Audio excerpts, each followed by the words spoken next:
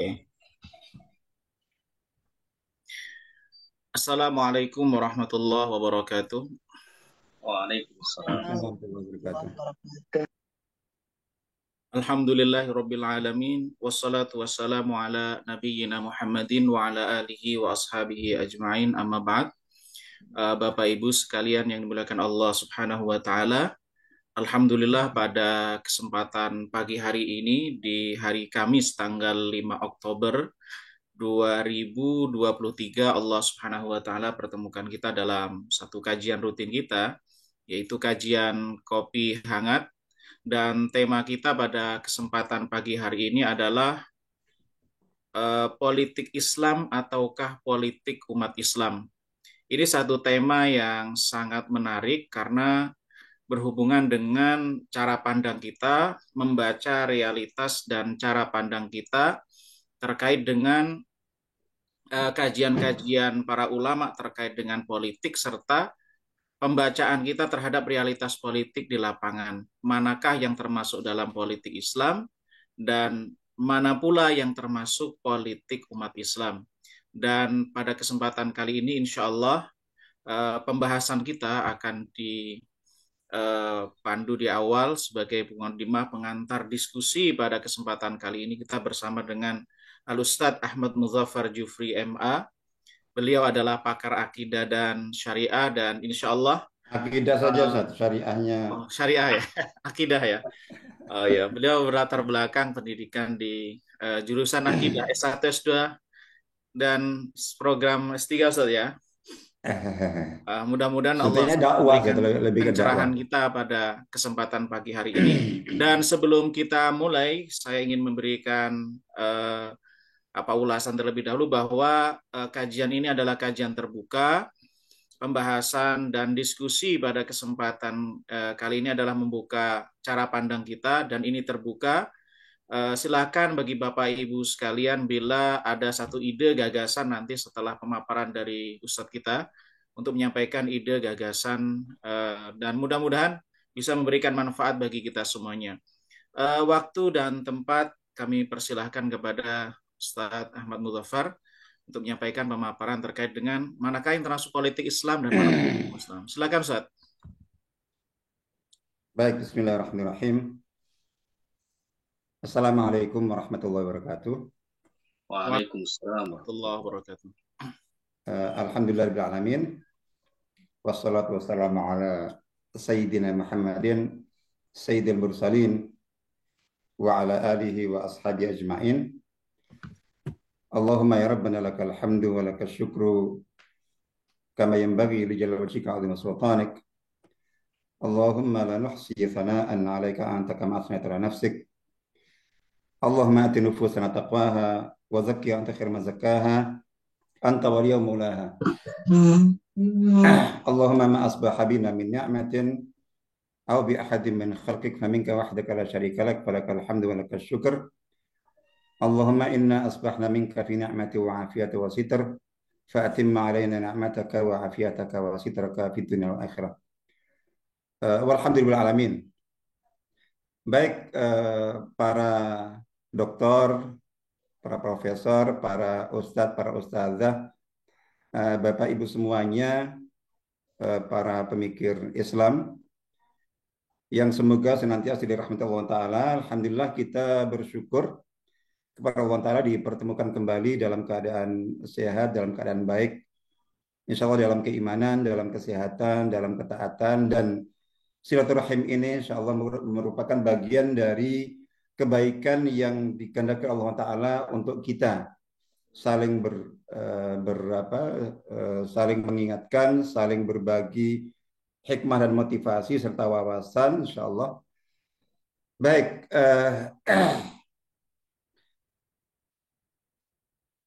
saya mohon maaf, jadi dari pengantar Dr. Abdurrahim tadi, mungkin itu nanti bisa dieksplor dalam diskusi, karena dari judul politik Islam ataukah politik umat Islam ini, arah saya yang ingin saya sampaikan itu mungkin tidak ke sana, tapi bagian tadi penting, monggo dieksplor, monggo didiskusikan, bukan dalam konteks untuk membedakan mana yang termasuk kategori politik Islam dan mana yang termasuk politik umat Islam. Ini juga tentu sangat penting sekali. Tapi jadi fokus saya di sini itu lebih kepada jadi menyikapi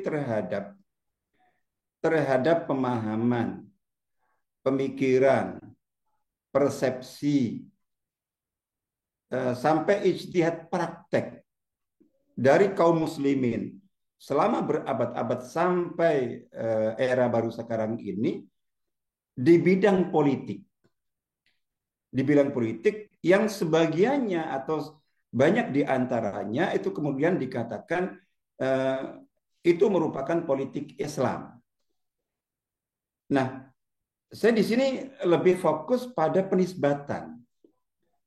Jadi, misalnya ketika kita bicara tentang pemikiran politik, pemahaman politik, konsep politik yang ditulis oleh para ulama, para pakar, para aktivis, misalnya tentang politik Islam dan lain sebagainya itu. Itu begini kaidah-kaidahnya, begini prinsip-prinsipnya, begini dan nilai-nilainya dan seterusnya itu. Kita tambahkan kepada praktek di lapangan dalam sejarah umat Islam yang sangat panjang. Yang juga biasa dikatakan adalah bahwa itu semuanya merupakan implementasi dari politik Islam. Sampai di era modern ini, jadi sebagian kelompok yang terlibat dalam bidang perpolitikan itu ya tentu mereka khususnya dari kalangan gerakan Islam, dari kalangan aktivis Islam, dari kalangan bahkan ulama dan kiai, itu tentu kami berpolitik Islam. Bahkan ketika kemudian membuat partainya juga disebut sebagai partai Islam. Jadi gitu, dan seterusnya. Nah, itu apakah semuanya itu lebih tepatnya? Jadi ini tentang lebih kepada penisbatan, Ustaz. Jadi lebih tepatnya itu dan lebih pasnya itu dinisbatkan kepada politik Islam, atau sebetulnya lebih tepat dengan nanti segala konsekuensi turunannya itu dinisbatkan saja kepada kaum muslimin, kepada orangnya. Jadi kalau itu merupakan konsep pemikiran politik yang biasa ditulis, itu ya sebut saja ini adalah konsep pemikiran politik si A, si B, si C, atau ini merupakan mazhab, misalnya gitu. Jadi, nah mengapa demikian? Memang ini masalah penisbatan, tapi penisbatan kepada politik Islam atau politik syariah, atau penisbatan kepada orang kaum musliminnya, sampai termasuk level para ulama sekalipun. Jadi perbedaan penisbatan itu akan menurunkan konsekuensi implikasi yang ternyata sangat luas. Sangat luas sekali. Dan sangat luasnya itu adalah berupa terjadinya dalam tanda kutip perang klaim, mana di antara berbagai versi pemikiran, pemahaman, dan praktek itu adalah yang memang mewakili dan merepresentasikan politik Islam, politik syariah, politik syar'i, dan mana yang bukan. Sehingga kemudian terjadi dari situ itu kontroversi, pro kontra, dan perdebatan yang sangat luas dan sangat panjang, bahkan tiada akhir. Karena memang perbedaan, perselisihan, dan keragaman dalam bidang ini itu sangat luas sekali. Oke. Nah, untuk lebih memperjelas, mungkin kita bisa mengambil ibrah, pelajaran dan contoh dari bidang fikih. Jadi bidang fikih. Di mana di dalam bidang fikih kita mengenal mazhab-mazhab. Yang itu kita katakan yang mazhab Islam. Mazhab syariah. Mazhab-mazhab Islam yang kita kenal selama ini dan diakui utamanya 4 mazhab al-mazahibul arba'ah. Jadi gitu. Itu semuanya adalah representasi dari syariat Islam. Sehingga seorang muslim manapun yang berpemahaman dan berpemikiran fikih berdasarkan salah satu di antara khususnya 4 mazhab mu'tabar itu, kemudian berusaha untuk mengimplementasikan, mempraktekkan mazhabnya itu dalam kehidupan sehari-hari, dalam ibadah, dalam syariah, dalam muamalah dan seterusnya, itu kita katakan wah ini adalah seorang muslim yang taat, seseorang yang berkomitmen kepada syariah, ya, berkepada syariah Islam, baik yang bermadzhab Hanafi, bermadzhab Maliki, bermadzhab Syafi'i, bermadzhab Hambali, atau bahkan mungkin yang la madzhabi, yang tidak secara tegas mengikatkan diri dengan salah satu mazhab yang ada. Tapi secara umum insya Allah tidak keluar dari ruang lingkup keempat mazhab itu.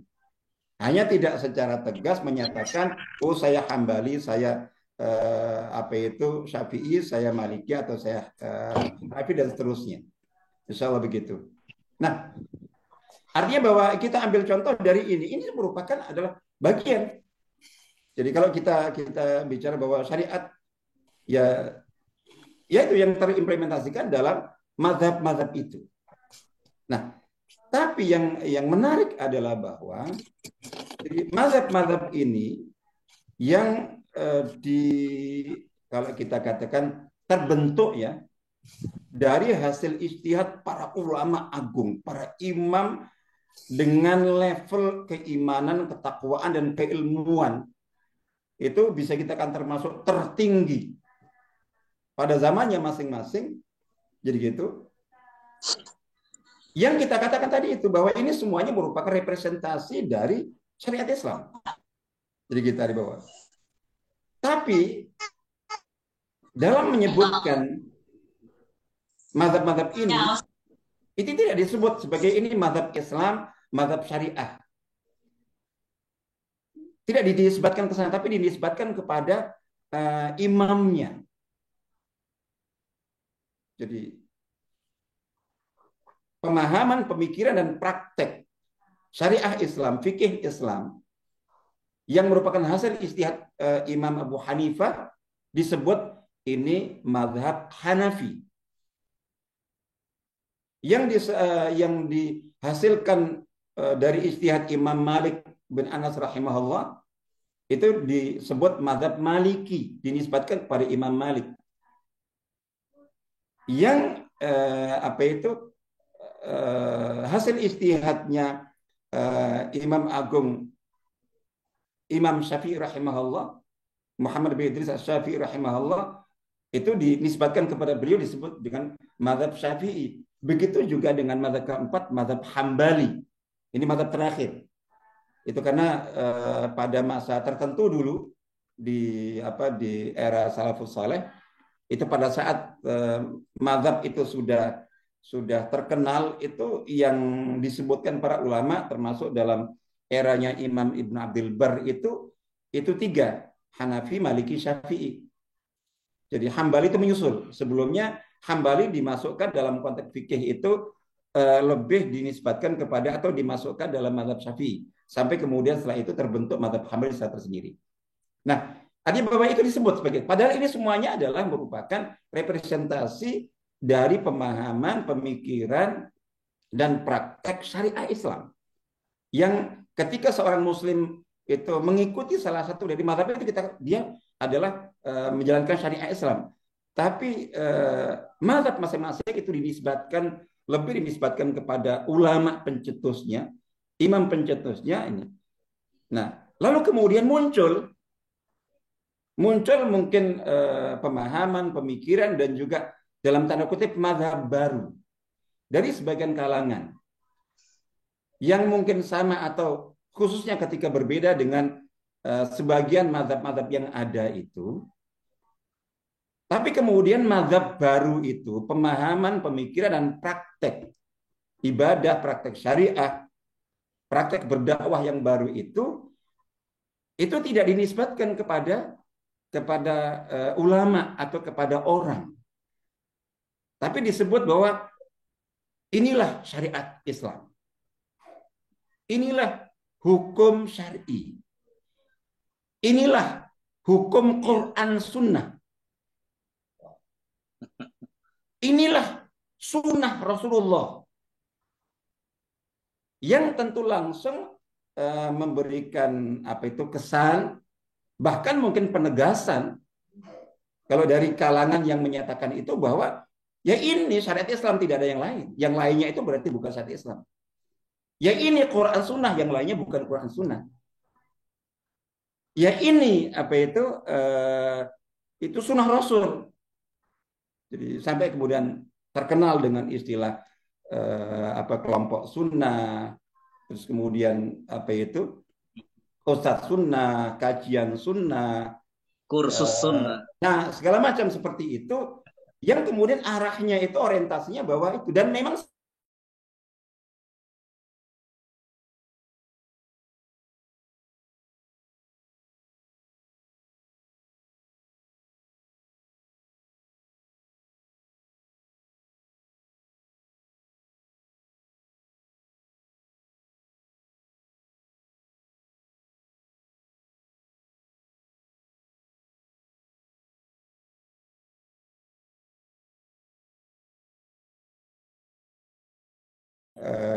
nanti di bidang dakwah atau di bidang politik sampai bahkan politik nanti itu terus kemudian lebih didominankan, dinisbatkan kepada Islam, kepada syariat, jadi gitu, tidak kepada ininya. Itu rata-rata jadi turunannya itu adalah pertama ada sikap hulu berlebihan, ekstrim. Terus orientasinya idealistis sekali. Jadi sampai idealistisnya itu dalam konteks politik Islam misalnya, yang biasa ditulis oleh para ulama siasat syariah dari dulu sampai sekarang, itu jadi politik Islam, politik kekuasaan Islam, politik kepemimpinan Islam, politik pemerintahan dan negara Islam itu begini. Jadi sistem negara Islam, sistem pemerintahan Islam, sistem politik kekuasaan Islam itu berbasis berdasarkan prinsip syura, musyawarah, dan itu terimplementasikan dalam terbentuknya apa yang disebut dengan Ahlul Halli wal Aqd. Lembaga Ahlul Halli wal Aqd inilah lembaga tertinggi.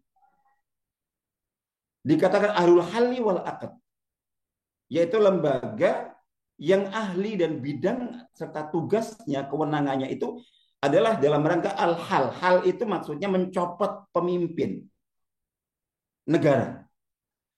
Wal aqti, dan mengangkat penggantinya atau yang lainnya. Itu Masya Allah seperti itu. Terus kemudian Ahlul Halli wal Aqd itu syarat-syaratnya begini. Kalau kita baca dalam Ahkam Sultaniyahnya Imam Mawardi itu jadi anggota lembaga tertinggi Al-Halli wal Aqd itu bahkan harus mujtahid. Bukan hanya seorang muslim yang bukan hanya ulama tapi mujtahid. Terus kemudian imam atau pemimpin negara yang dipilih juga seperti itu, seperti apa. Nah, artinya bahwa Masya Allah, terus kemudian banyak sekali yang sangat idealistis sekali, normatif sekali, yang kalau kita lihat, kalau kita baca dan kemudian kita bandingkan dengan praktek politik kekuasaan Islam sepanjang sejarah ini, seperti yang ditulis dalam siasat syariah buku ini, itu kapan pernah terwujud? Jadi kita dibawa dalam syarah Islam yang panjang itu. Nah, itu ada hulu, ada berlebihan. Terus kemudian juga ada tentu akan apa itu terjadinya pro kontra, kontroversi dan apa itu perdebatan-perdebatan yang sangat panjang sekali yang tidak apa itu mungkin bisa dibatasi bahkan ini apa di bidang politik. Tadi kalau di dalam bidang fikih saja, yang fikih ibadah, fikih syariah, fikih muamalah halal haram itu masih akrab sekali dengan teks-teks dalil syar'i Quran Sunnah. Dekat sekali. Itu pun produk istihadnya, hasil istihadnya tidak dinisbatkan secara langsung kepada Islam, syariah Islam, jadi gitu. Tapi lebih dinisbatkan kepada ulama pencetusnya masing-masing. Jadi gitu. Padahal itu ya kenapa? Karena itu hasil istihad. Hasil istihad. Jadi ketika tadi kita katakan bahwa ini hasil istihad manusia, jadi gitu. Terus kena ada perbedaan, itu kita menyikapinya lebih enak. Loh, ini kok mazhab Hanafi, mazhab Maliki, mazhab Syafi'i, mazhab ini yang masing-masing berdasarkan Quran Sunnah, loh kok ada perbedaan? Ya itulah. Itu memang pemahaman. Itu hasil istihad mereka. Ketika pemahaman, pemikiran, dan hasil istihad para ulama di berbagai bidang fikih, dakwah, ataupun siasah atau politik itu berbeda, ketika dinisbatkan kepada orang, itu lebih mudah memakluminya. Lebih mudah untuk mentolerirnya. Ya maklum, namanya istihad ya bisa benar, bisa salah. Bisa tepat, bisa kurang tepat. Bisa ada perselisihan, biasa. Tapi ketika salah satunya kemudian diklaim sebagai inilah representasi syariat Islam, yang dianggap satu-satunya, inilah Quran Sunnah, inilah al-haq, yang lainnya berarti batil, inilah sunnah Rasulullah. Padahal itu pendapat dia, pemikiran dia. Yang banyak di antara mereka itu tidak lebih hebat daripada para ulama agung itu. Nah, ketika terjadi begitu, maka kemudian yang terjadi adalah pemutlakan, jadi gitu, dan kemudian klaim bahwa hanya ini yang syariah, hanya ini yang sunnah, hanya ini yang Quran Sunnah, hanya ini yang hak, yang lainnya batil. Dan ini tentu sangat berbahaya. Lebih berbahaya lagi ketika itu dibawa ke bidang politik. Di mana bidang politik itu siasah. Ini bidang yang kalau seperti bidang dakwah. Saya biasa membagi misalnya bidang-bidang keislaman itu, ini bidang akidah dan keimanan, tauhid. Itu bidang kajian Islam yang lebih banyak porsi ijma'nya. Lebih banyak porsi usul prinsip-prinsipnya. Ada furuknya, tapi sangat sedikit sekali. Sehingga banyak yang malah tidak kenal. Kalau masalah akidah dikatakan ini usuluddin, usul akidah. Jadi gitu. Di situ tidak ada banyak istihad. Jadi gitu. Terus kemudian ada yang kedua. Itu bidang ibadah dan bidang syariah baku. Ibadah, sholat, zakat, puasa, haji, terus kemudian mungkin halal haram yang dalam bidang makanan, dalam bidang semacam itu mungkin barangkali perbandingannya antara usul furu yang ijma dan khilafiyah barangkali mungkin 50-50. Jadi gitu. Tentang sholat yang prinsip banyak, tapi juga yang non prinsip banyak juga, seimbang secara umum. Terus kemudian kita ke bidang muamalah. Jadi artinya bahwa dalam berbagai aspek kehidupan umum, sosial. Jadi sosial, pendidikan, sampai ke politik, dakwah dan politik. Ini wilayah ijtihadnya barangkali 95 atau bahkan 97%. Yang berarti di situ wilayah furu, usulnya sedikit sekali. Hanya kaidah-kaidah normatif umum. Jadi gitu.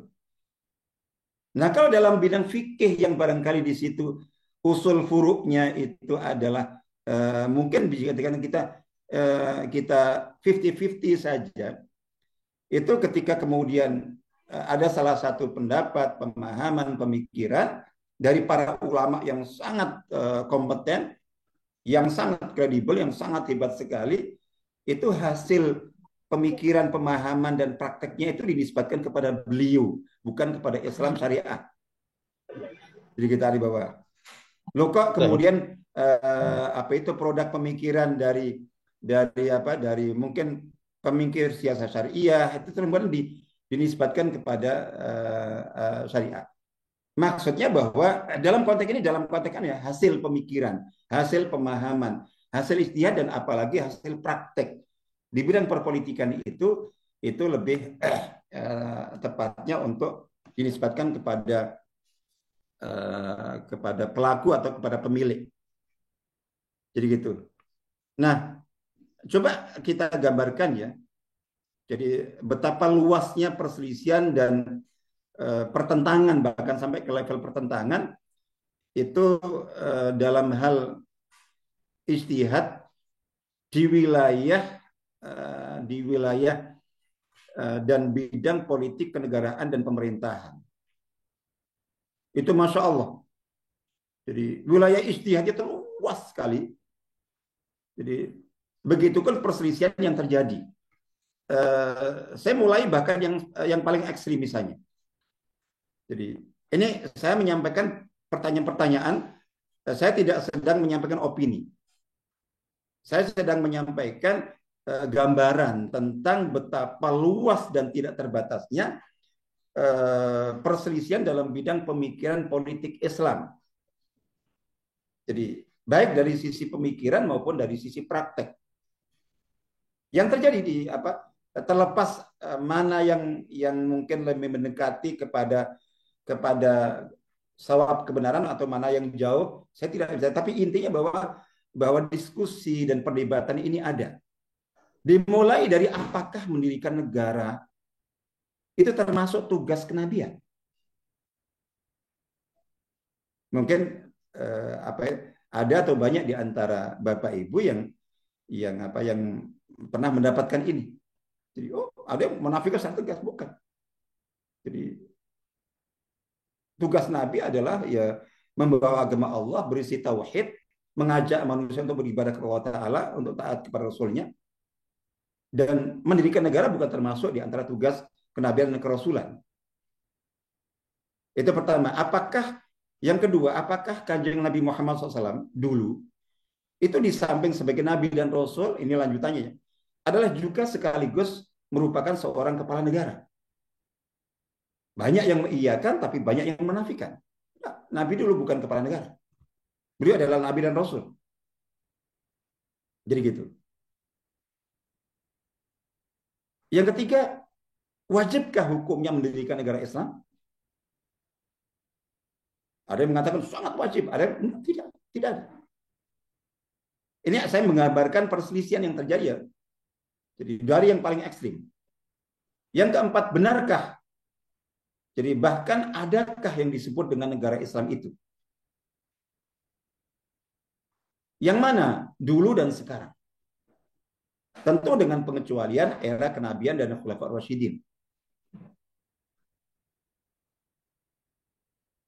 Jadi apakah misalnya negara Islam itu adalah yang misalnya yang didirikan oleh dinasti Bani Umayyah atau Abbasiyah sampai kemudian Turki Utsmani. Terus sekarang misalnya di era sekarang apakah misalnya seperti Arab Saudi itu misalnya dan seterusnya. Itu yang mana? Artinya bahwa ini saya bukan saya mempertanyakan ya, tapi ini saya mereview itu diskusi dan perdebatan yang selama ini muncul untuk memberikan gambaran betapa luas bahkan sebagian liarnya perdebatan perselisihan dan pertentangan di bidang politik Islam ini. Lalu apakah Islam, mohon maaf, memiliki sebuah sistem pemerintahan khusus tersendiri dan baku yang disebut dengan sistem pemerintahan Islam atau nizamul hikmil islami? Nah, dalam hal ini saya kira kita dan para pengkaji siasat syariah itu tentu para ustadz, apalagi yang seperti Dr.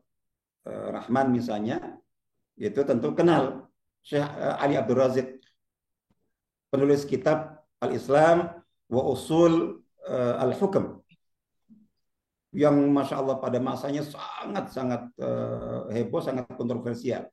Sampai kemudian beliau dijuluki sebagai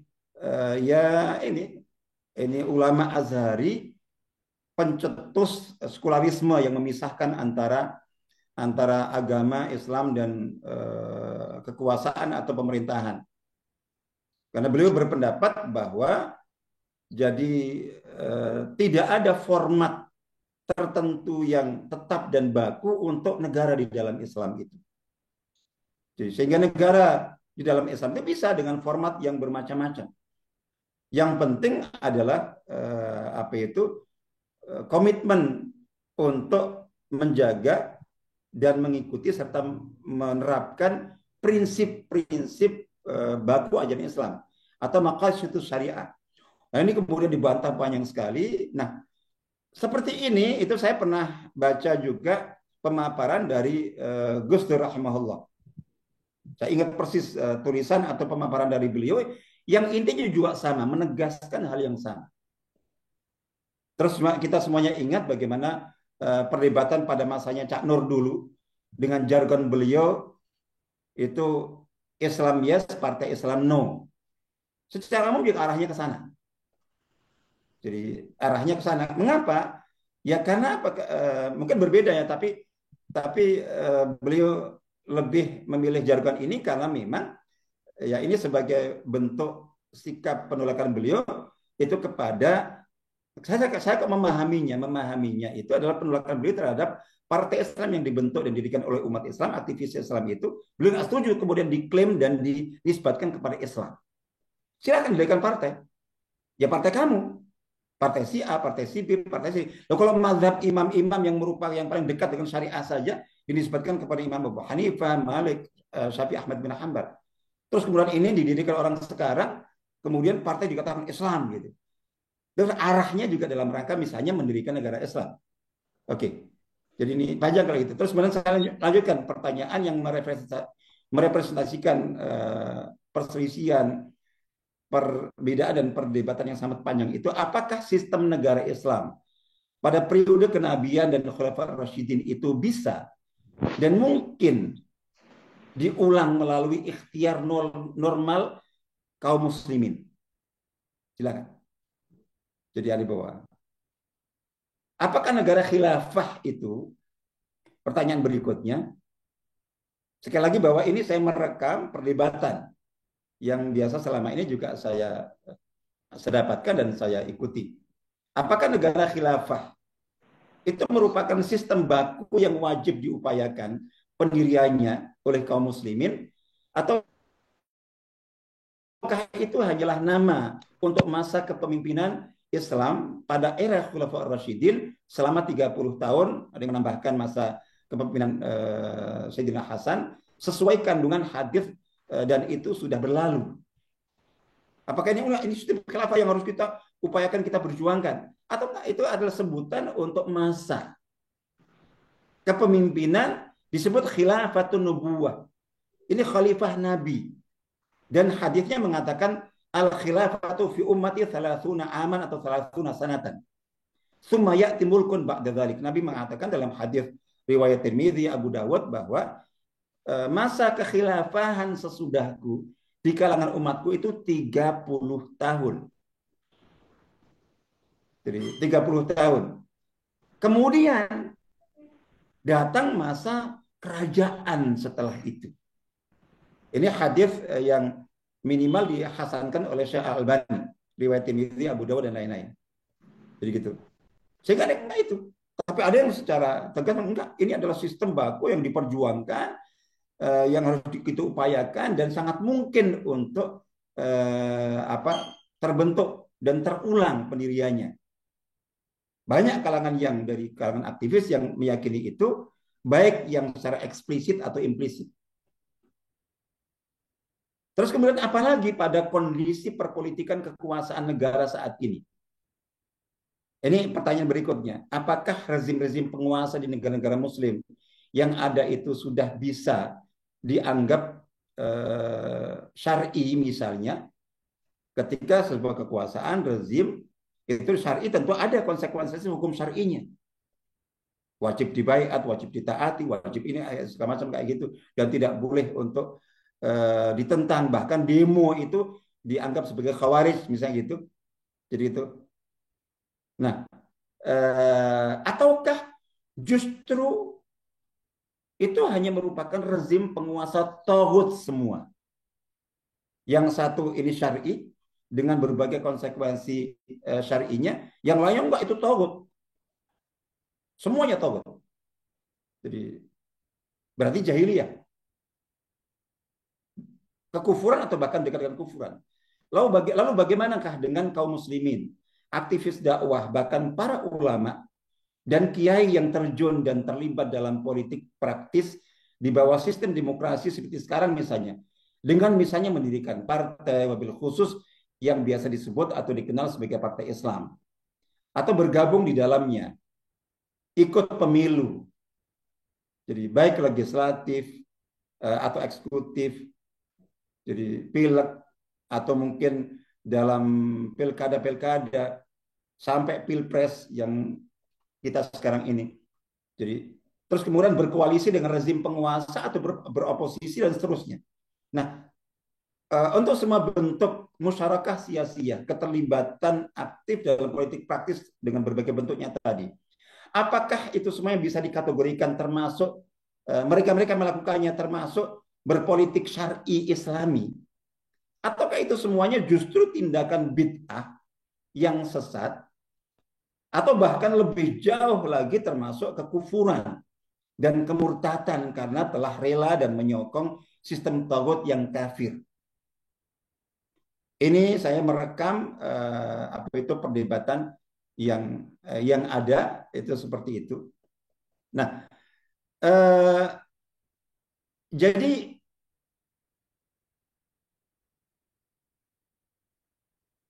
yang ingin saya sampaikan inti, jadi kesimpulannya, jika politik dinisbatkan kepada Islam, kepada syariah, dan ini kan biasanya begini, biasanya jadi politik Islam itu biasa dijadikan terjemahan untuk istilah dalam bahasa Arab as-siyasah asy-syar'iyyah, yang mungkin secara letterleknya itu artinya ya siasah itu politik, syariah syar'i, atau politik syariah. Jadi gitu. Maka terus kemudian lebih terkenal ini politik Islam. Jadi politik Islam. Sebetulnya sebelum saya pungkasi, jadi sebetulnya penisbatan atau penyebutan ini politik Islam, ini politik syariah, atau ini politik syar'i, sebagaimana juga yang kita kenal sekarang, yang lebih terkenal mungkin dengan syariahnya ya, berbagai bidang yang dinisbatkan kepada syariah, bank syariah, ekonomi syariah, jadi pegadaian syariah, apalagi misalnya jadi segala macam, saham syariah, wisata syariah, wisata syariah, dan segala macam, hotel syariah. Jadi yang syariah itu semuanya. Itu saya sering ditanya, seperti contoh bank syariah itu, apakah memang itu betul-betul sudah syariah? Saya biasanya bertanya balik, ya tergantung. Yang dimaksud syariah itu di situ itu yang mana? Karena saya punya pemahaman yang biasa saya sampaikan bahwa yang disebut dengan hukum syar'i dalam berbagai bidang kehidupan ini, itu ada dua macam. ada hukmun syar'iyyun nadhariyun. Jadi gitu. Misali hukum syar'i teoritis, normatif idealistis. Sering saya sebutkan hukum syar'i pada era ayat al-yauma akmaltu lakum dinakum. Jadi gitu. Yang berada di tangga 10. Ini sempurnanya dari berbagai sisi. Itu yang pertama. Itu teori, itu yang ada dalam konteks politik ya biasanya ditulis para ulama dalam kitab-kitab siasat syariah. Nah, yang kedua yang disebut dengan hukum syar'i itu adalah hukum syar'i waqi'i, amali tatbiqi. Hukum syar'i realistis, praktis, implementatif, sesuai dengan tahapan, marhalah, dan tuntutan kondisi situasi yang dihadapi oleh para ulama. Sehingga misalnya mengeluarkan fatwa syar'i tertentu, nah ini katakan ini syar'i. Nah, dalam konteks ini misalnya kayak bank syariah tadi itu. Kalau bank syariah apakah syar'i sudah sesuai syariat itu dengan standar tangga 10 bahwa sudah syar'i dalam berbagai aspeknya, itu masih jauh.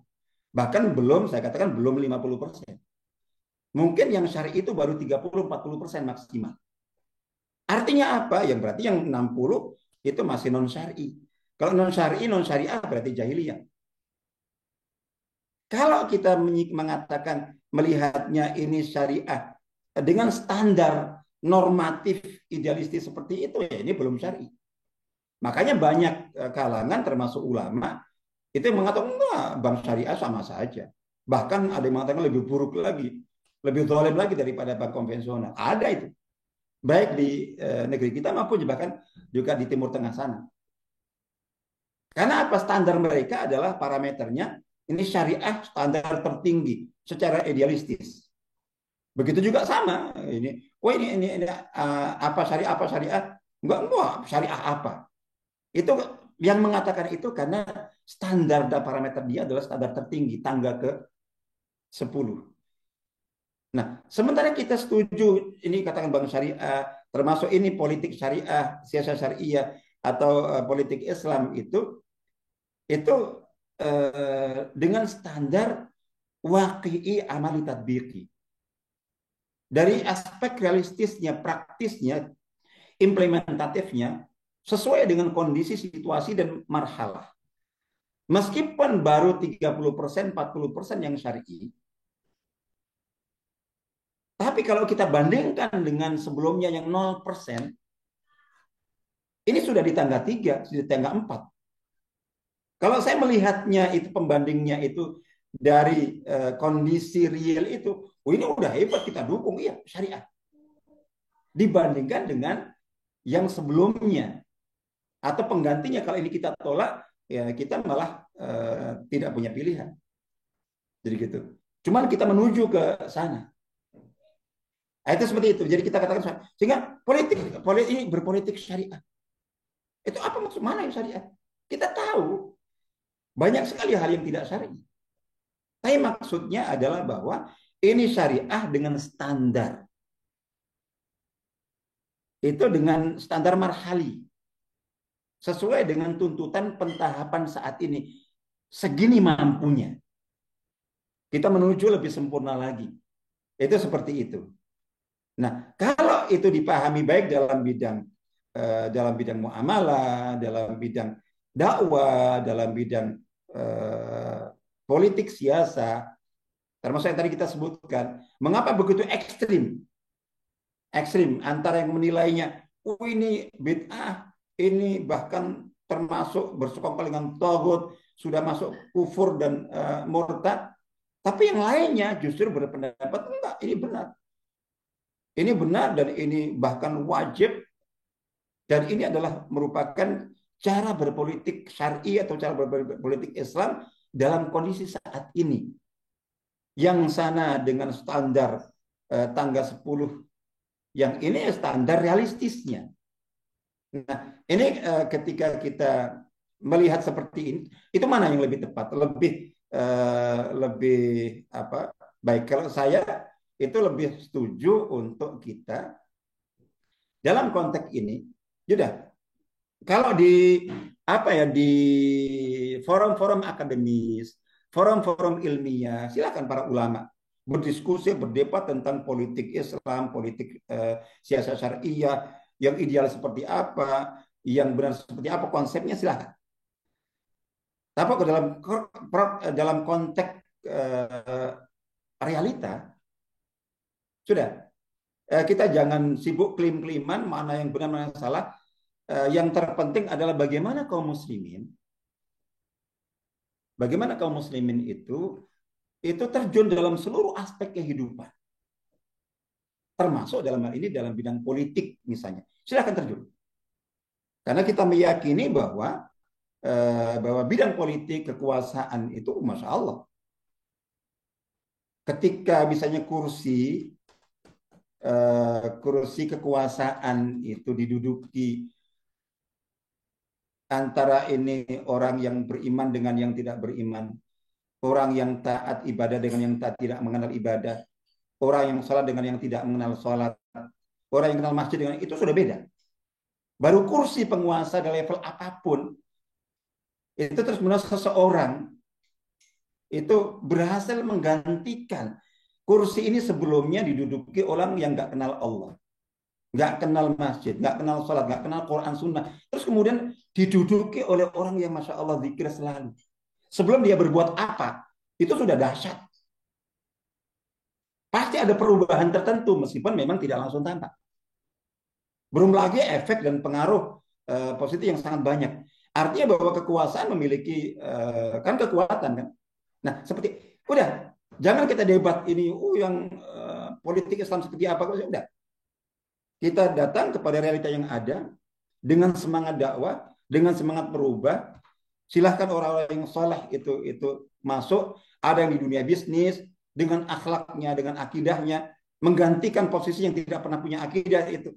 Mana yang di bidang kekuasaan, mana yang di bidang politik, mana yang di bidang pendidikan, mana yang di bidang pertahanan, keamanan, mana yang di bidang apa saja. Umat Islam, dan ketika umat Islam dengan akidahnya, dengan keimanannya, dengan keislamannya, tanpa sibuk memperdebatkan mana yang syar'i, mana yang islami, mana yang ini itu, udah. Silahkan dan upayakan seoptimal mungkin mengimplementasikan Islam yang kamu pahami, yang kamu miliki, dan sesuai dengan kemampuan optimal yang kamu bisa praktekkan Islam di situ. Dan pasti ada perubahan di sana. Dikatakan, apakah ini politik Islam? Enggak, ini politik saya sebagai seorang Muslim. Politik Muslim. Apakah ini negara Islam? Enggak, ini negara Muslim. Jadi, apakah ini adalah partai Islam? Mungkin lebih baik, enggak, ini partai umat Islam. Insya Allah itu, Allah alam apa itu. Jadi, Allah alam mungkin tertangkap yang enggak tahu juga apa yang tadi saya sampaikan. Mudah-mudahan bisa ditangkap. Monggo selebihnya jika mau didiskusikan, dikembangkan, diperdebatkan. Barakallahu fikum. Mohon maaf. Assalamualaikum warahmatullahi wabarakatuh. Waalaikumsalam warahmatullahi wabarakatuh. Ini Dr. Abdurrahimnya lagi di jalan nih. Masya Allah. Fi amanillah. Baik, saya ambil alih. Barakallahu fikum. Terima kasih Ustadz Muzaffar atas pemantik diskusi yang luar biasa. Ada beberapa yang perlu kita garis bawahi, bahwa harus dibedakan antara politik Islam atau politik umat Islam atau politik seorang Muslim.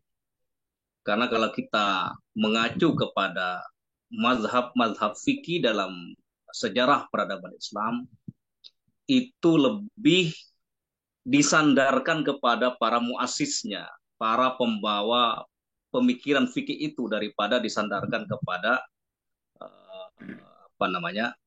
nama Islam itu sendiri.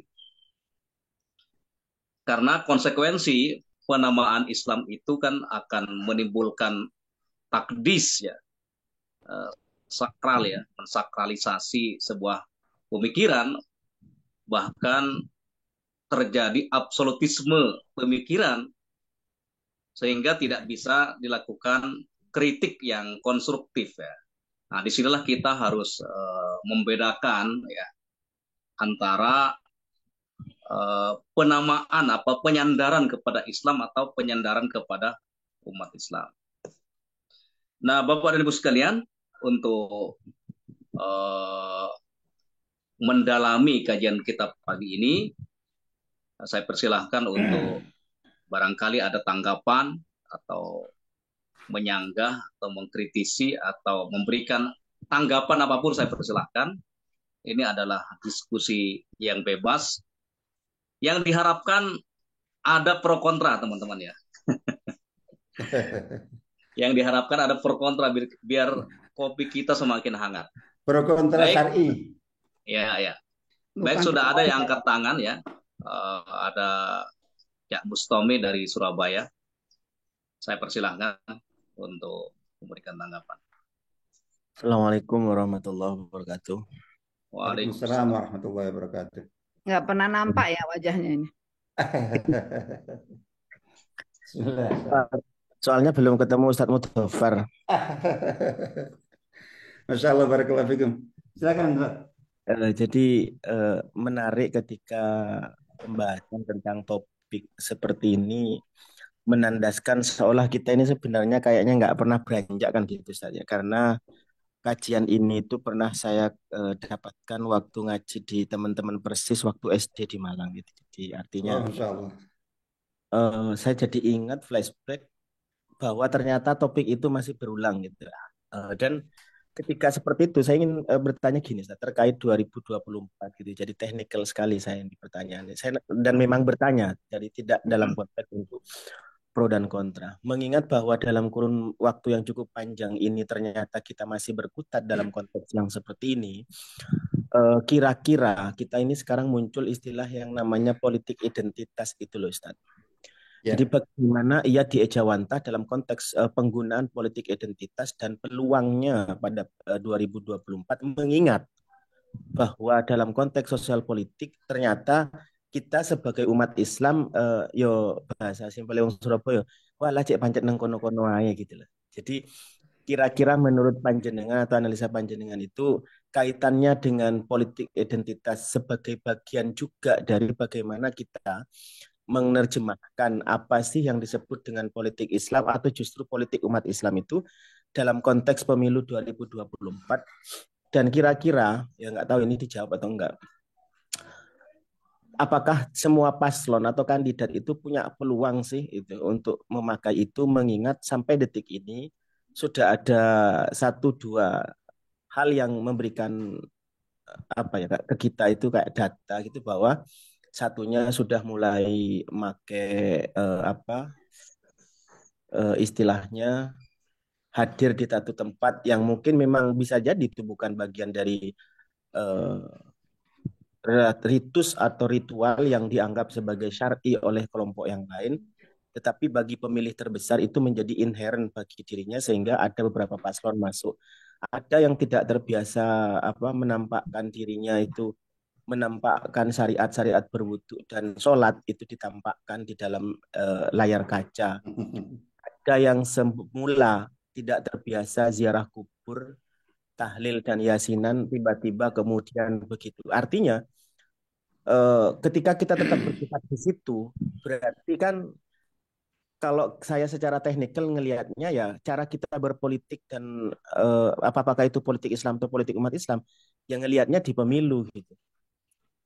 Dan apakah kemudian itu adalah politik Islam dan politik umat Islam, ya dilihat dari hasil pemilunya. Oh ternyata ya kekuatan umat Islam ya masih di situ-situ saja, bahkan belum bisa menandingi secara keseluruhan apa yang diraih misal oleh Partai Masyumi, walaupun sudah muncul partainya sekarang, dan pun itu enggak lolos secara administrasi. Saya kira itu Ustadz, matur nuwun atas respon yang diberikan. Berharap suatu saat bisa ketemu offline. Insya Allah. Assalamualaikum warahmatullahi wabarakatuh. Waalaikumsalam warahmatullahi wabarakatuh. Terima kasih Cak Mas ya. Caknya itu dari Madura kan, Masnya dari Surabaya. Dari Malang juga, Sam. Oh dari Malang juga. Aku Kalau dari orang Arabnya, Malang. iya. Sam. Gimana Ustaz Mutafar? Langsung mau Enggak, ditanggapi yang atau lain, yang saya lain dulu. apa ini? Mungkin Ya, yang lainnya dulu. ya. eh Ini diskusi aja, tidak harus. ya. Monggo nanti kita. Ini angkat tangan siapa lagi? Oh, nggak kelihatan ya. Ini.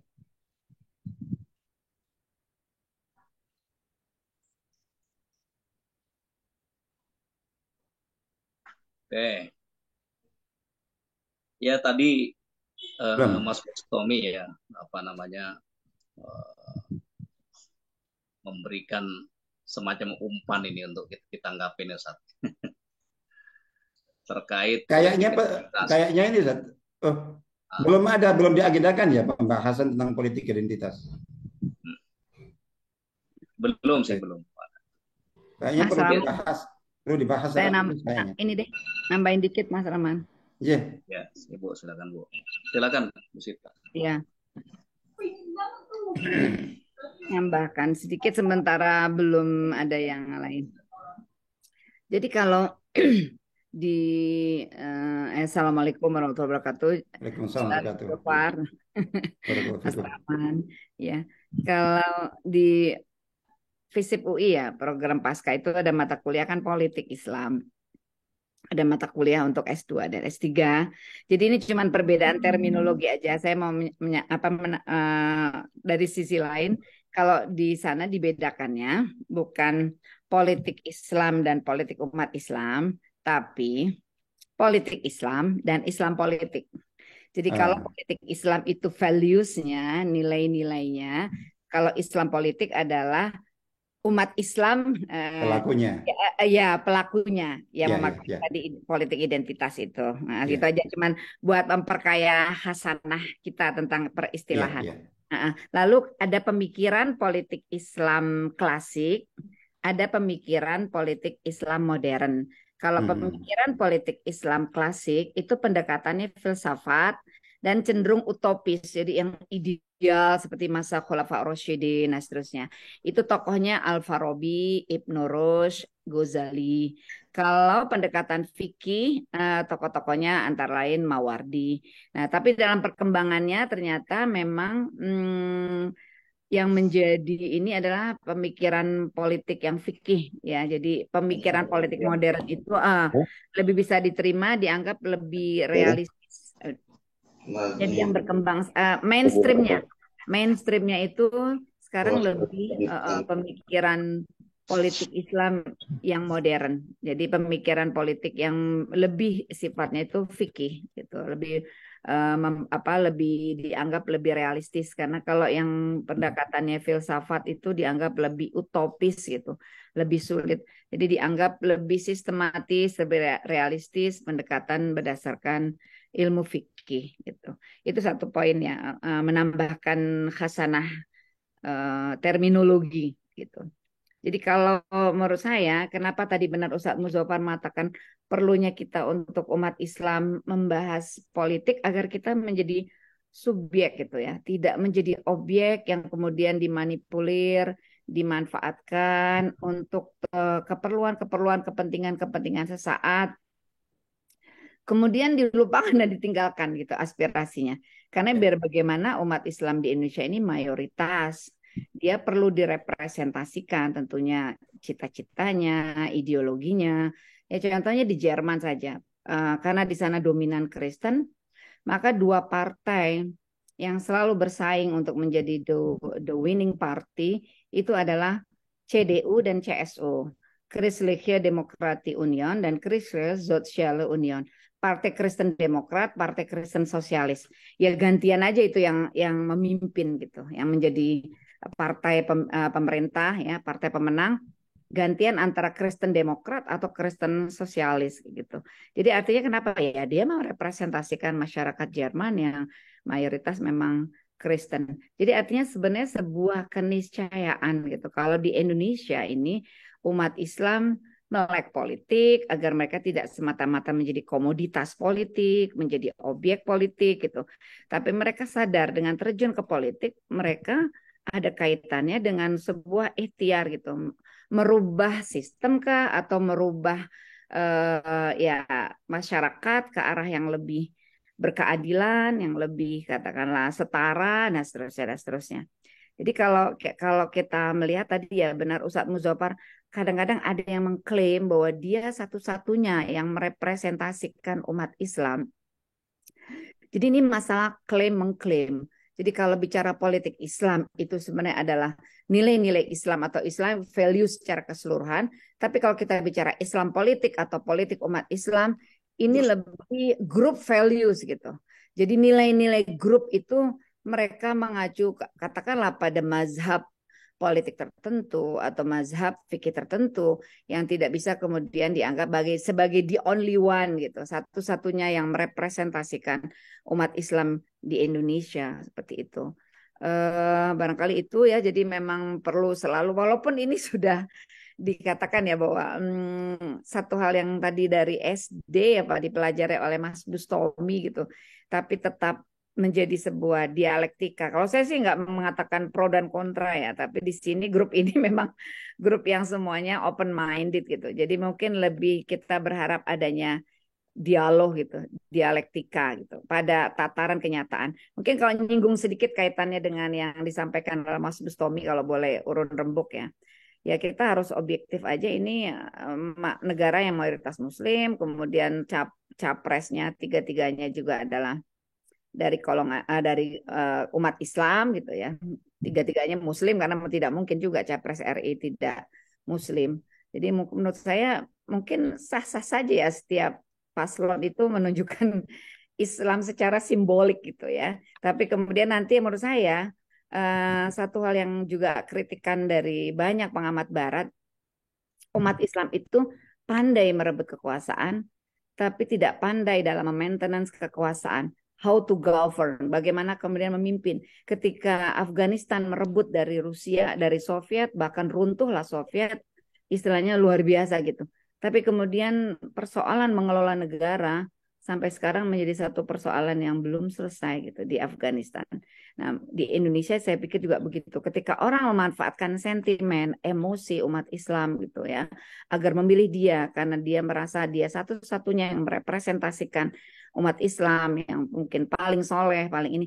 Tapi kemudian what's next gitu? Apa manfaatnya buat umat Islam ke depan? Apakah bangsa Indonesia ini menjadi bangsa yang lebih bisa ya bermartabat, kemudian merepresentasikan negara yang mayoritas Muslim lalu identik dengan lebih sejahtera?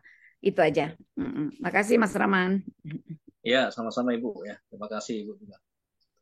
Selanjutnya saya persilahkan Ustadz Anang yang sudah angkat tangan untuk memberikan tanggapan. Assalamualaikum warahmatullahi wabarakatuh. Waalaikumsalam warahmatullahi wabarakatuh. Afan nih fotonya nggak bisa keluar karena error ini handphonenya. Bismillah insyaallah. Ini Ustaz, kalau saya mengikuti sebagian diskusi ya dari komunitas yang memang sangat antusias untuk kemudian merealisasikan syariat dari seluruh bidang termasuk politik itu. Salah satu yang menjadi trigger bagi mereka ini kemudian yang selalu jadi andalan argumentasinya itu adalah apa yang disebut oleh Rasulullah SAW dalam 5 periodisasi kaum muslimin itu yang diawali dari nubuwah, kemudian khilafah al-amin haji nubuwah. Nah itu di akhirnya nanti itu adalah khilafah al-amin haji nubuwah lagi.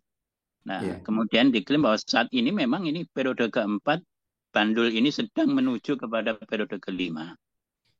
Maka kata ya kesimpulan mereka itu kita sebagai kaum muslimin wajib mengusahakan memperjuangkan itu untuk kemudian ya apa yang diprediksi Rasulullah diramalkan Rasulullah itu tegak kembali, yaitu khilafah al-amin haji nubuwah sebagaimana kemudian proses pemerintahan yang terjadi di masa khulafah ur-rasyidin kembali, dan itu akan muncul bukan utopia kata mereka begitu. Nah ini gimana Ustaz mensikapi pemikiran-pemikiran yang seperti ini? Itu aja Ustaz. Jazakallahu khairan. Assalamualaikum warahmatullahi wabarakatuh. Waalaikumsalam warahmatullahi wabarakatuh. Terima kasih Ustaz Anang atas pertanyaannya. Saya kira bisa dimulai dari pertanyaan Ustaz Anang, Ustaz Anang baru tanggapi. Silahkan. Baik, jazakumullah khairan katsira, Dr. Sita, Ustaz Bustami, Ustaz Anang. Kalau dari Ustaz Anang ini, jadi kalau dari hadis itu periodisasi kekuasaan yang sangat terkenal dan itu memang sangat familiar sekali di kalangan para aktivis gerakan Islam. Dan itu selalu dijadikan sebagai salah satu dalil wajibnya seseorang untuk selalu berpikir, terus kemudian berupaya, lalu kemudian bergabung dengan kelompok-kelompok yang mengupayakan ke sana, dan itu satu-satunya jalan kebenaran saat ini. Sehingga menilai kelompok Islam yang tidak berpikir ke sana, atau bahkan ada yang sudah tidak berpikir untuk mengupayakan dan bergabung dengan kelompok-kelompok yang mengupayakan tegaknya kembali khilafah menuju nubuwah, itu berarti dia dosa tiap hari itu, dan seterusnya sampai ke level ke sana. Jadi saya ingin menyampaikan bahwa jadi obsesi dan orientasi yang berlebihan tentang itu yang menjadi salah satu biang persoalan yang dialami oleh kaum muslimin, dan khususnya kaum pergerakan Harakah Islam selama ini. Itu dari situ. Banyak sekali takalluf, banyak sekali tanaqudhat. Takalluf itu pemaksaan diri, ya. Pemikiran yang memaksakan diri. Terus banyak juga tanaqudhat itu adalah jadi kontradiksi. Jadi karena sangat bertentangan dengan realita yang dijalaninya. Jadi berpemikiran itu tapi kemudian bergabung dalam politik praktis di bawah sistem demokrasi. Tapi pemikirannya mengarah ke sana, dia dalam otak dan pikirannya, dan seterusnya seperti itu. Itu gimana memadukannya, tentu banyak sekali kontradiksi di sana. Dan kemudian munculnya, mohon maaf, secara saya tegaskan, munculnya berbagai kelompok ekstrim radikal, kelompok-kelompok keras, kelompok-kelompok jihadis yang meyakini jalan dakwah hanya satu, perang dengan senjata. Itu saya pernah diskusi langsung dengan pemilik pemikiran seperti ini. Umat Islam haram untuk masuk ke dalam politik, bergabung kepada negara taghut, sehingga haram umat Islam itu mendirikan partai, ikut pemilu, apalagi jadi caleg, apalagi jadi alek, apalagi nyapres, nyawapres, ikut pilkada. Saya sempat bertanya, kalau seandainya pemikiran dan fatwa seperti diikuti umat Islam semuanya, berarti tidak ada orang Islam yang jadi presiden, wakil presiden, menteri, gubernur, bupati, wali kota, camat, lurah, sampai RT RW. Karena itu taghut semuanya. Jadi artinya berarti yang memimpin semuanya itu kalau itu diikuti semua umat Islam, berarti mohon maaf, orang kafir semua dong. Itu dijawab iya. Itu yang diinginkan, iya. Itu saya langsung diskusi itu. Gimana? Kok begitu? Gimana ceritanya? Jadi, itu dikatakan bahwa supaya lebih mudah memeranginya. Karena sekarang ini kan sebenarnya sistemnya taghut, sistemnya kufur.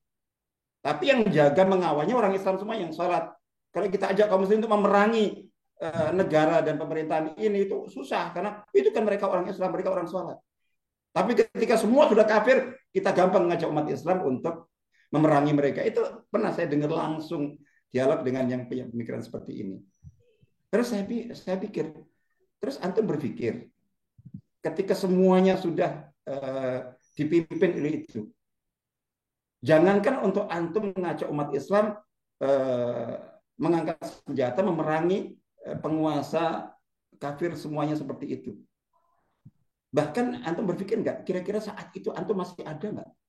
Atau masih bisa bernafas nggak? Antum untuk memerangi bukan butuh senjata, butuh latihan. Mana mungkin mereka akan mengizinkan Jadi mengizinkan untuk antum latihan perang-perangan, terus dikasih bekal senjata, silahkan saya kasih senjata untuk nanti setelah kalian kuat perangi kami.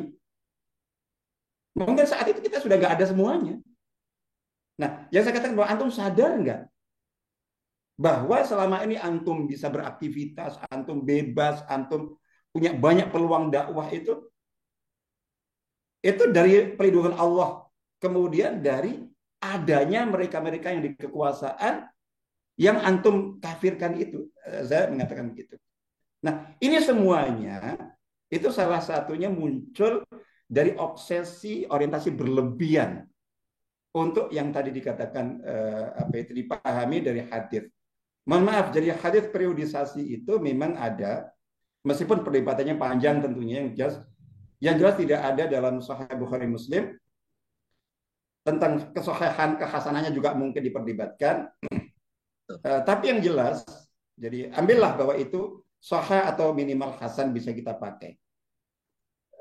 Saya terakhir sampai pada jadi lebih setuju dengan pendapat bahwa yang dimaksudkan periode terakhir khilafah ala manhajin nubuwah itu, jadi khilafah ala manhajin nubuwah itu adalah pada masa Imam Mahdi.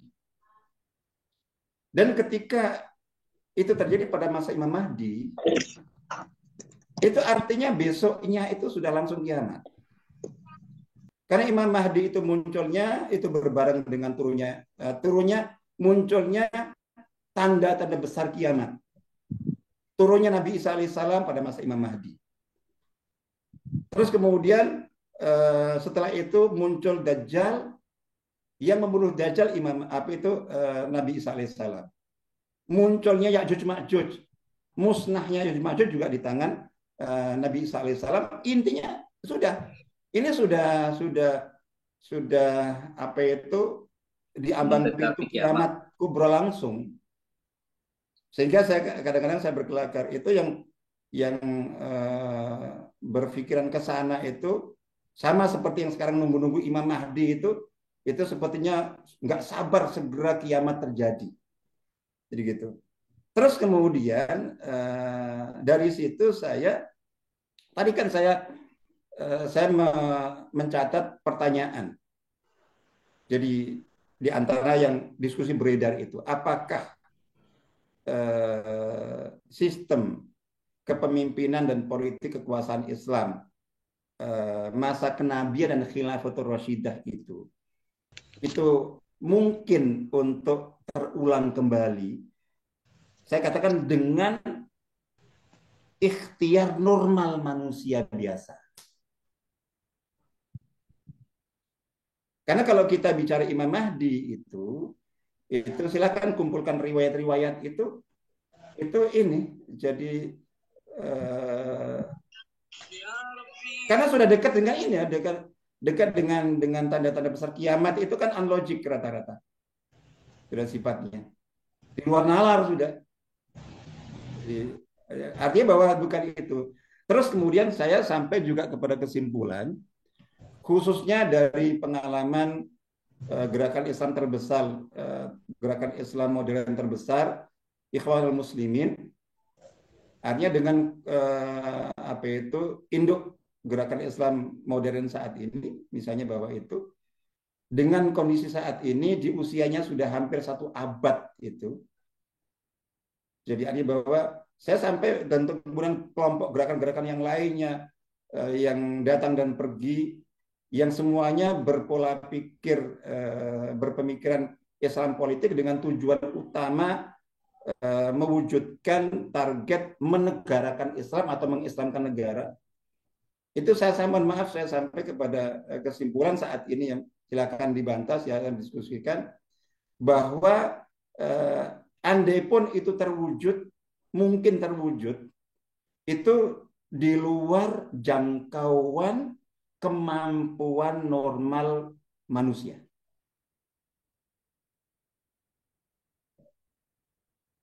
Jadi gitu, bahwa ketika kemudian kita artinya berarti termasuk mencanangkan target tujuan itu juga di luar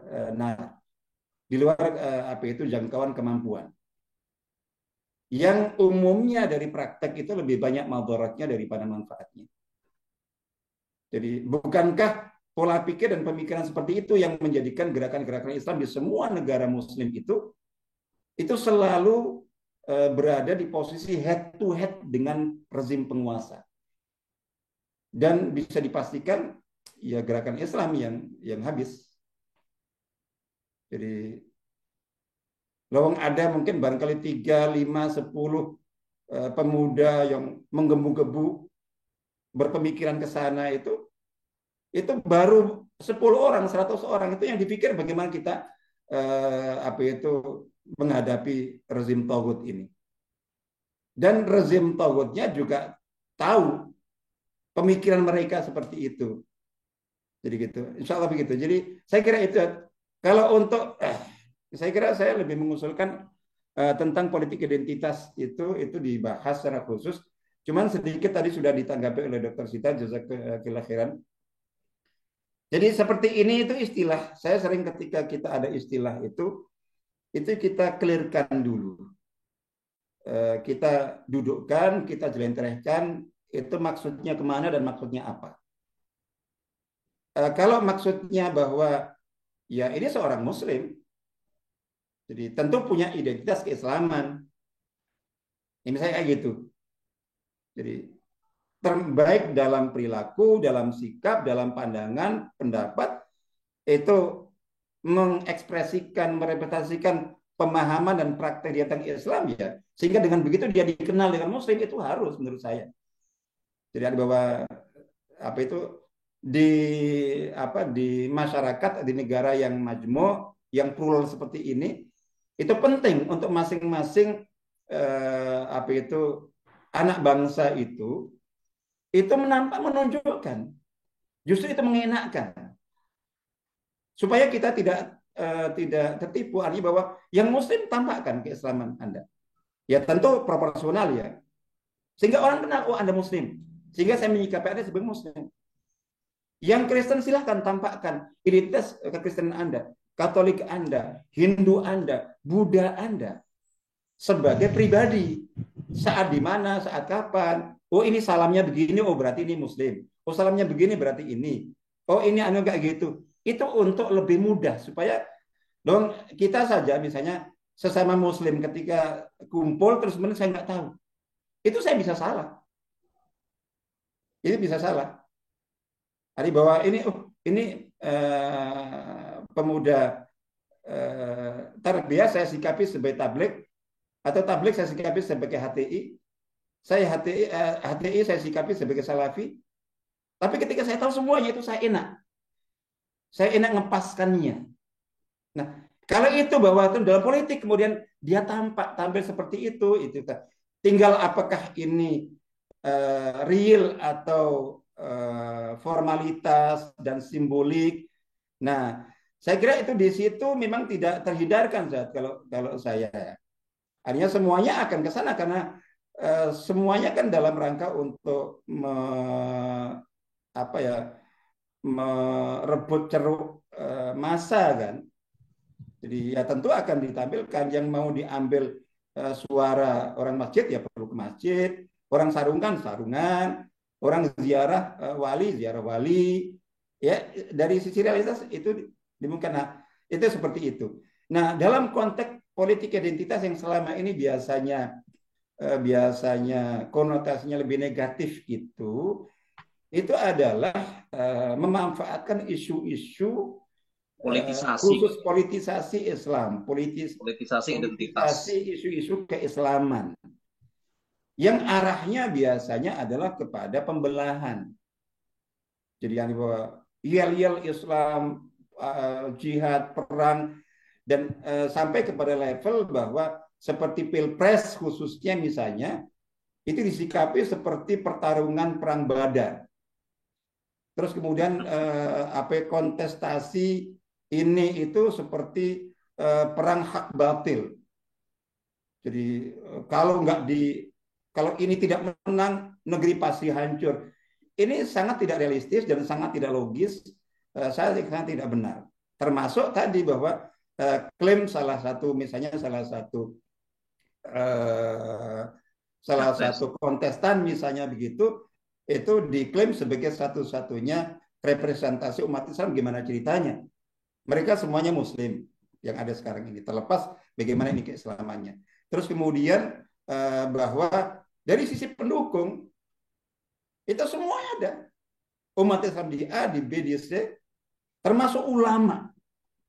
Kecuali ketika ini kan yang berbahaya ketika kontestan satu diklaim inilah apa itu calonnya para ulama. Loh, ulama yang di tempat lain nggak diakui. Inilah calon satunya umat Islam, berarti umat Islam yang nggak diakui. Nah, seperti ini yang barangkali perlu didewasakan ya kita semuanya, Ustaz Bustami. Ini pendewasaan dan pencerdasan umat Islam. Kalau masih berpolitik dengan emosi, dengan perasaan, dan meninggalkan logika dan akal serta kecerdasan, kewarasan, saya kira ya memang ya seperti yang tadi disampaikan ya akan gini-gini aja kita. Insya Allah begitu. Jadi saya kira monggo jadi seperti ini, baik paling tidak disamakan lah, hanya bahwa jadi menyikapi apa itu kontestasi pilpres itu ya sama seperti kita menyikapi kontestasi pileg dengan beragam partainya yang sangat banyak. Yang ini adalah ya silakan masing-masing apa itu berusaha untuk ini, tapi dengan apa ya, dengan proporsional, tidak jangan berlebihan. Terus kemudian ini adalah hak batil, ini adalah iman kufur, ini adalah apa itu walak barok langsung. Itu kita sudah punya pengalaman. Yang rugi umat Islam sendiri. Jadi yang lainnya aman-aman saja, tapi umat Islam dari pilpres, dari pilkada DKI sampai pilpres 2019 sampai saat ini itu masih banyak yang belum sembuh. Itu perseteruan antara saudara, antara bapak, ibu, anak, antara mertua menantu, antara teman dengan teman, itu ada yang belum sembuh sampai saat ini. Dan itu yang merugi umat Islam semuanya. Saya kira itu lebih ke pendewasaan dan pencerdasan. Barakallahu fikum. Maaf. Matur nuwun Ustaz.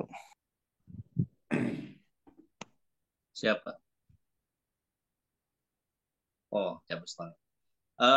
Jazakumullah khairan, terima kasih Ustaz Mudzaffar atas tanggapannya ya. Sebelum diskusi ini ditutup ya, barangkali teman-teman ingin menambahkan ya, saya persilahkan jika ada. Sepertinya nggak ada nih ya. Ya, Ustaz. Bapak dan Ibu sekalian, ada beberapa poin yang disampaikan oleh Salaman itu ada tuh awalus. Kok nggak kelihatan ya? Silahkan Siap. Mas Awalus Soim. Siap Ustaz. Kelihatan kan? Orang yang pertama kali berpuasa ini, Awalus Soim. Pertama. Ya Ustaz. Ya silakan. Assalamualaikum Ustaz Musa dan teman-teman semuanya. Kalau saya melihat ya bahwa Islam atau politik umat Islam, ya sebenarnya politik saya hanya tergelitik saja, khususnya era sekarang ini, bahwa politik identitas itu diperkosa maknanya, bahwa roh demokrasi atau semangat identitas itu ya politik itu butuh identitas itu tersematkan. Kalau merunut bahkan dalam double movement-nya Fazlur Rahman sendiri sebagai orang, walaupun di satu sisi dia banyak menolak sesuatu yang menonjolkan identitas, tapi beliau sendiri juga mengambil apa yang dari gurunya, dari Iqbal, termasuk kalau saya runut lagi dalam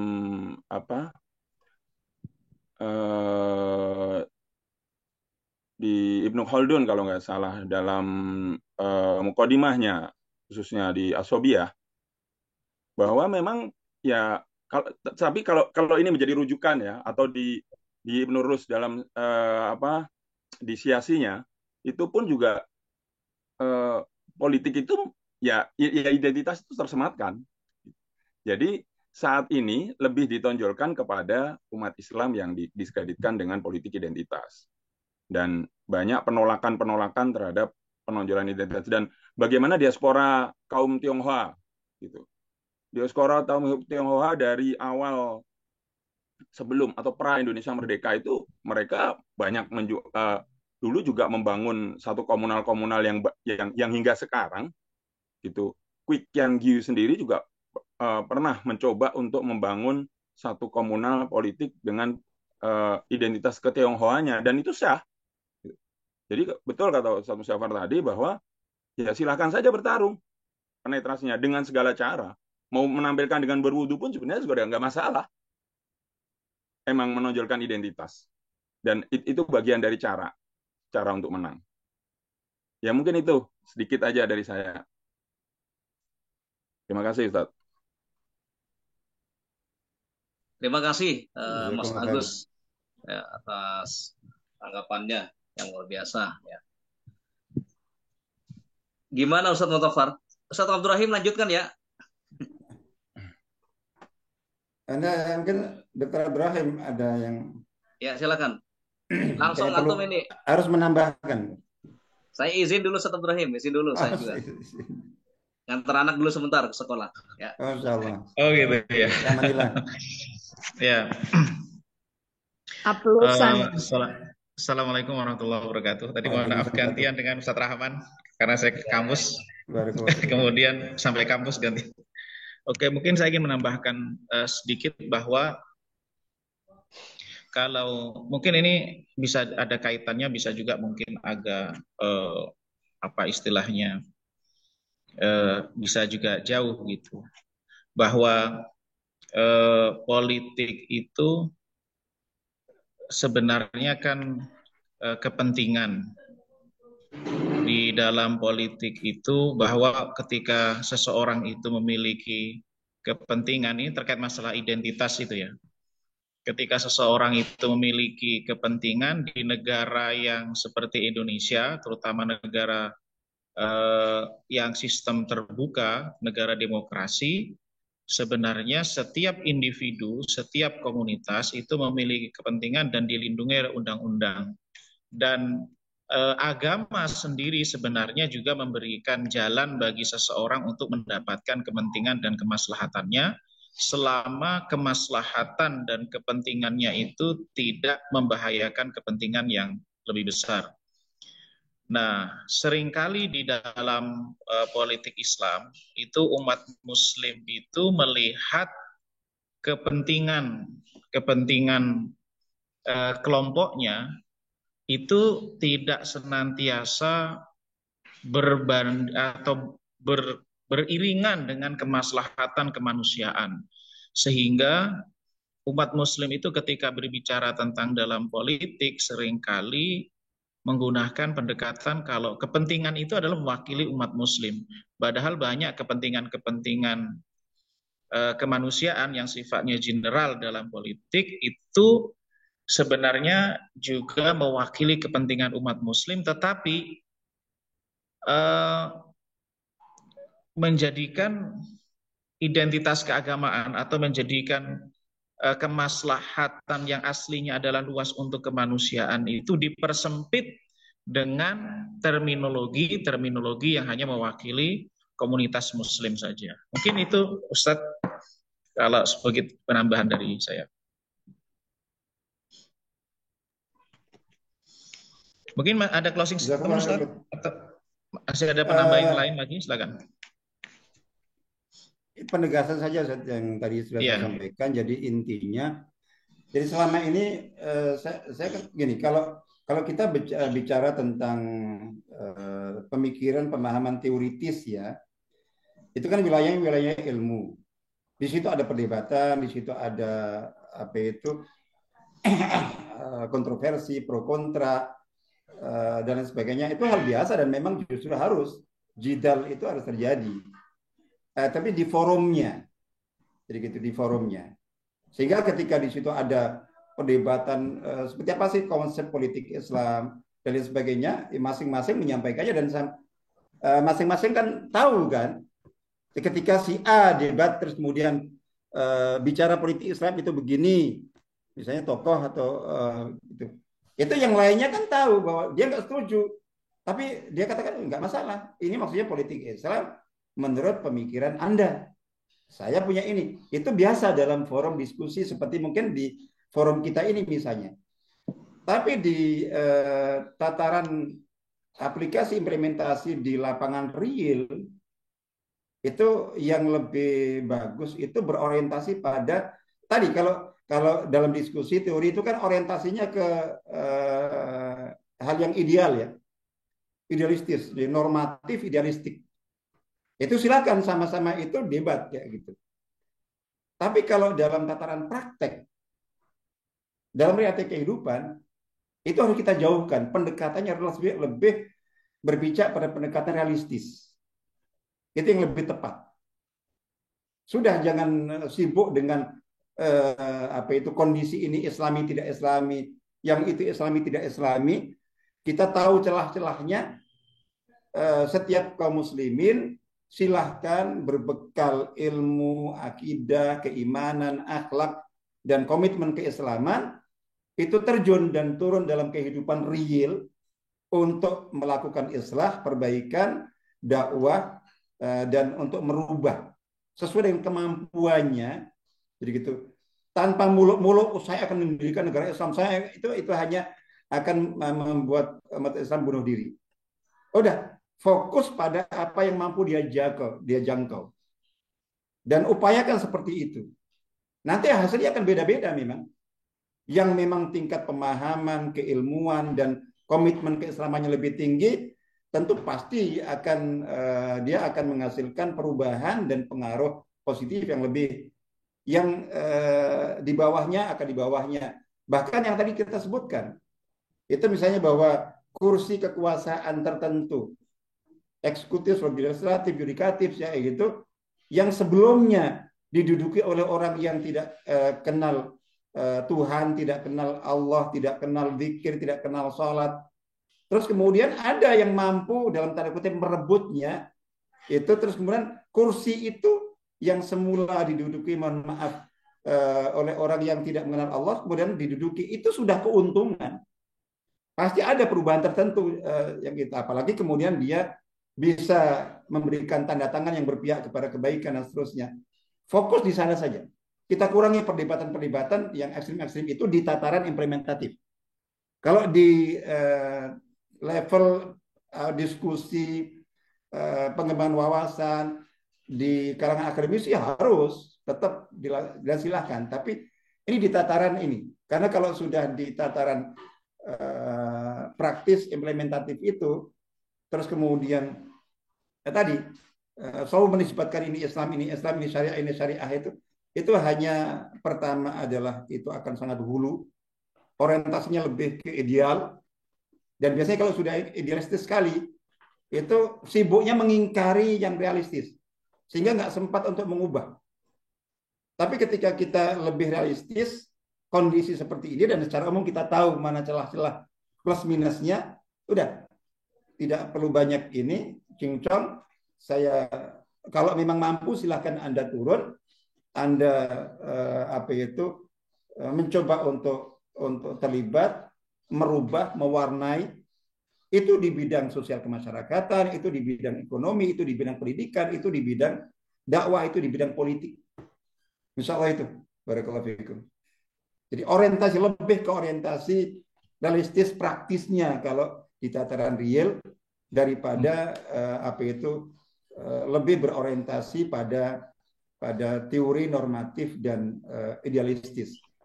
Ini kritik khususnya lebih saya tujukan kepada kelompok-kelompok pergerakan. Jadi jangan berkutat pada ini ya, debat-debat pemikiran, lebih pada konkret. Oh ya, mungkin masih ada yang menambahkan. Ini closing statement terus Ustaz ya? Insyaallah. Atau masih ada yang mungkin ya, kalau masih ada yang mengclosing lagi silakan. Ya, mungkin sedikit konklusi dari saya bahwa kalau kita merujuk dengan konsep politik masa klasik di masa sahabat itu seperti yang Ustadz sampaikan tadi, misalnya Abu Bakar, Umar, Utsman, Ali, dan itu kan nggak banyak teori politik, tidak banyak diskusi tentang konsep dan teori, realitanya apa, cara menghadapinya bagaimana, panduan teknis sederhananya bagaimana.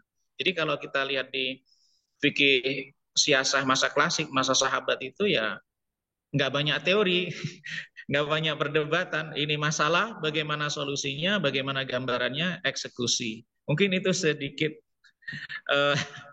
apa ya hubungannya dengan apa yang tadi disampaikan. Ya, mohon maaf.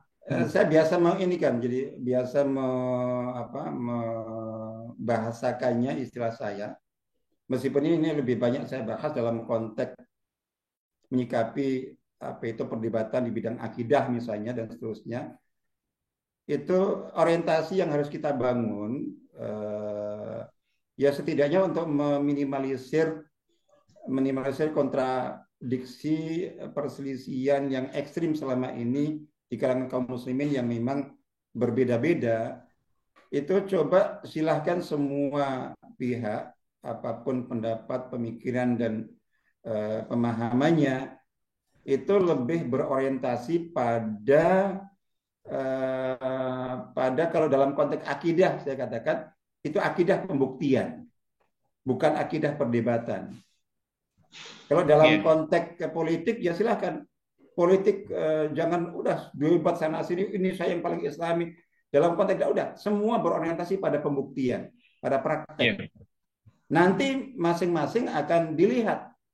Jadi kapasitas pengaruh dan efek yang dihasilkan itu otomatis dari yang mungkin tingkat keimanan, ketakwaan dan komitmen keislamannya tinggi akan terlihat betul.